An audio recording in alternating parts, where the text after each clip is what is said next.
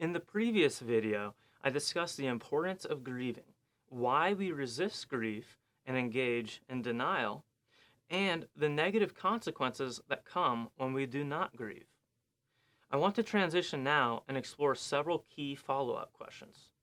First, how can we lean into grieving and grief work? How can we begin allowing ourselves to experience these feelings of sorrow that we have muted? And second, what becomes possible when we do grieve? What can emerge after grieving? These are the questions to which I now turn, and I'll take them in order. We can start creating a culture that embraces grief work, especially within activist circles who wish to engage with some issue or crisis, by first forming support networks and communities of care. Again, notice the connection to care ethics.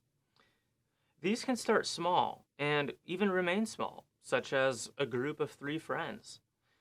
Weller says that our culture asks us to process our sorrow and grief in private, and yet isolation and lack of a support system are the worst conditions in which to process grief.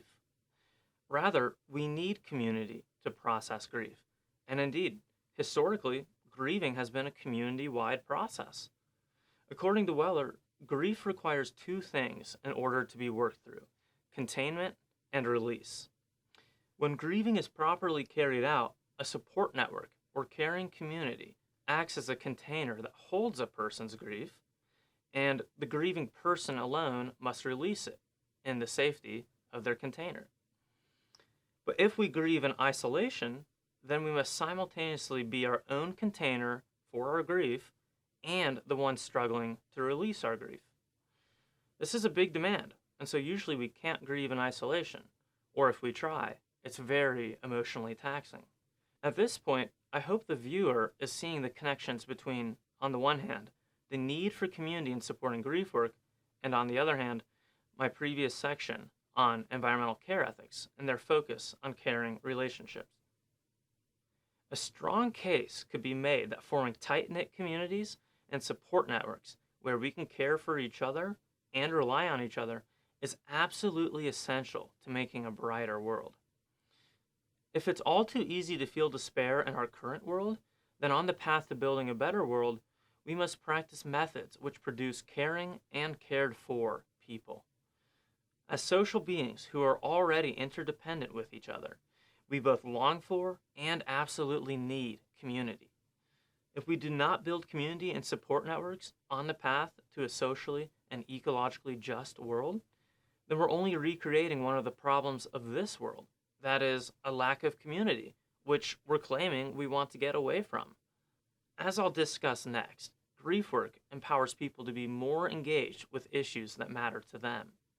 It can allow people to be more engaged activists who are less likely to burn out. And yet, grief work requires community and support networks, as I've been saying. These support networks and relationships of care are also what can allow us to overcome loneliness, practice mutual aid to relieve the suffering of other community members, and, as ecofeminists would have it, as we treat each other with care, we also move into treating the non-human natural world with care. I'm highlighting this because I want the interconnections between community, care ethics, grief work, and the hopeful activism to be clear to my viewers.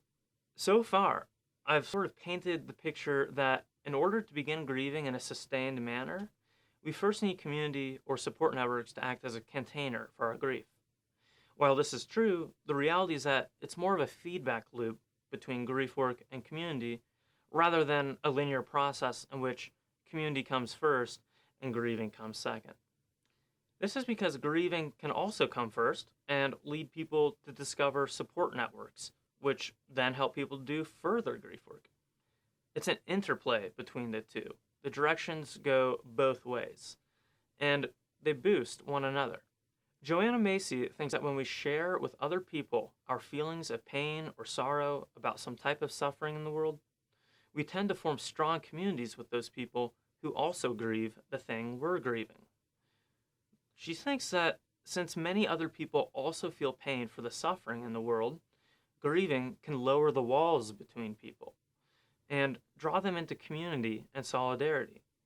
In this way, people who grieve the same thing can bond over shared feelings of despair, anger, disappointment, and a shared goal to actively respond to the crisis in some way. Macy says, our pain for the world can be the beginning of a journey where we go in search of our allies to build another reality. Obviously, not everyone you share your grief about, say, climate change with, will empathize with you. However, those people who do share your grief around climate change are likely to form a tighter group after everyone goes around expressing how they feel, and as people realize that others are having similar experiences.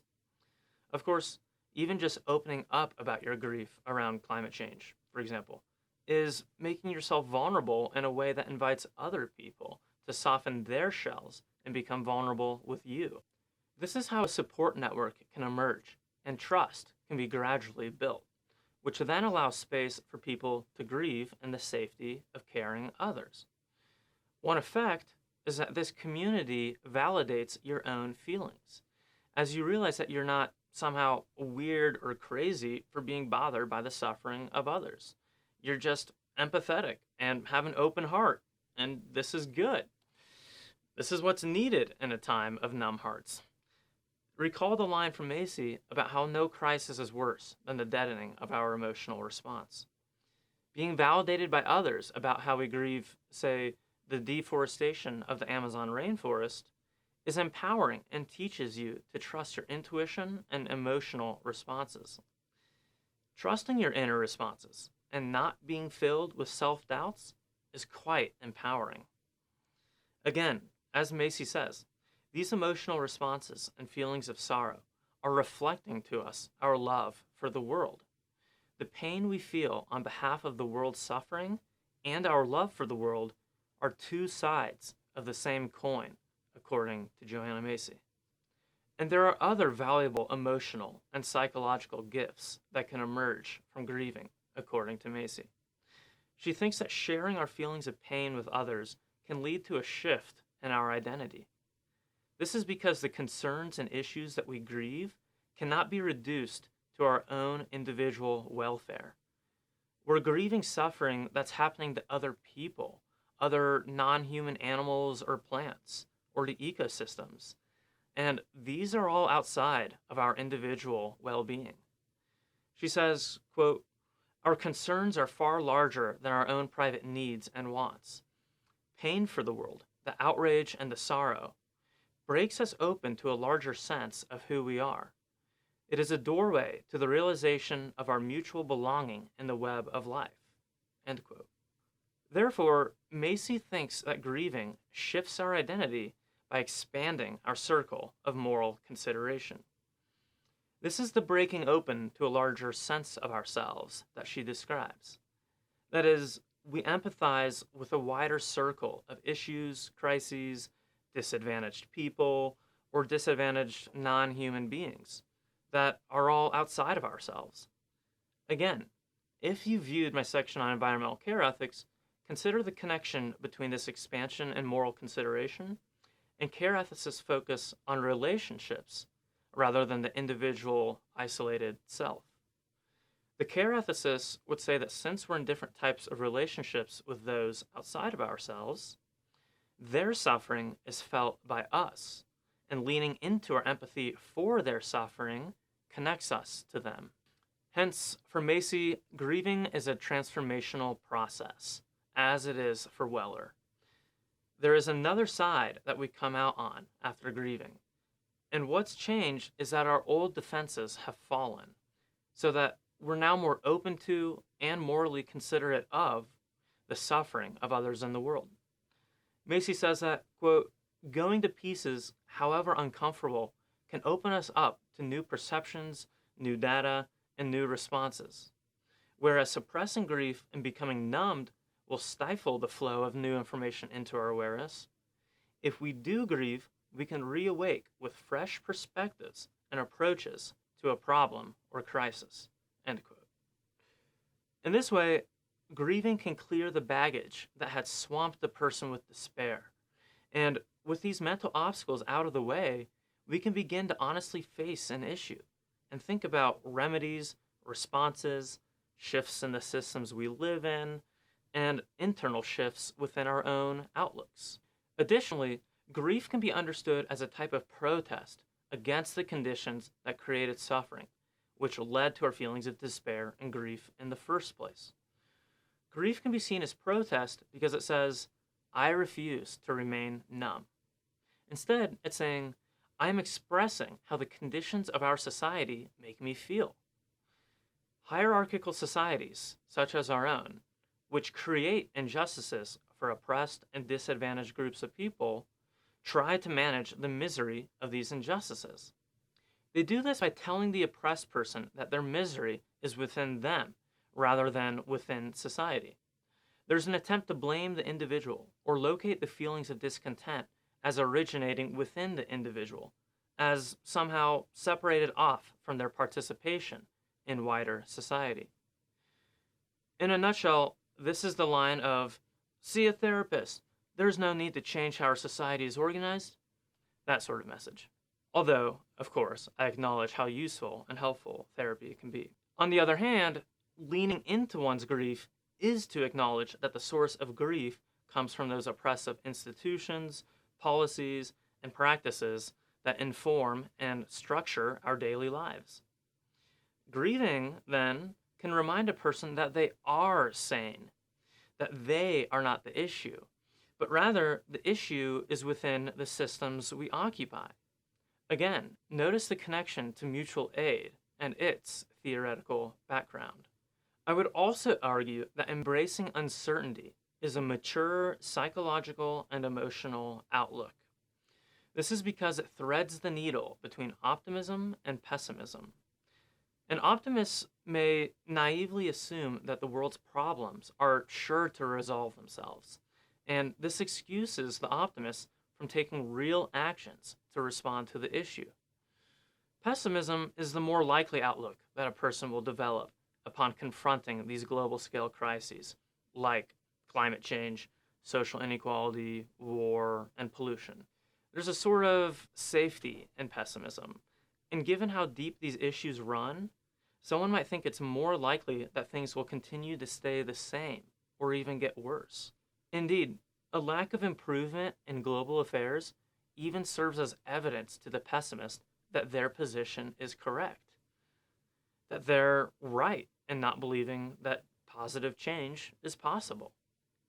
And yet, the pessimist is also a defeatist because of this belief that things cannot possibly improve.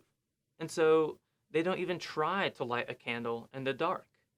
The pessimist sticks to a determinism which says the world will continue to deteriorate in an unchanging, clockwork fashion, and that there's absolutely nothing we can do to change that.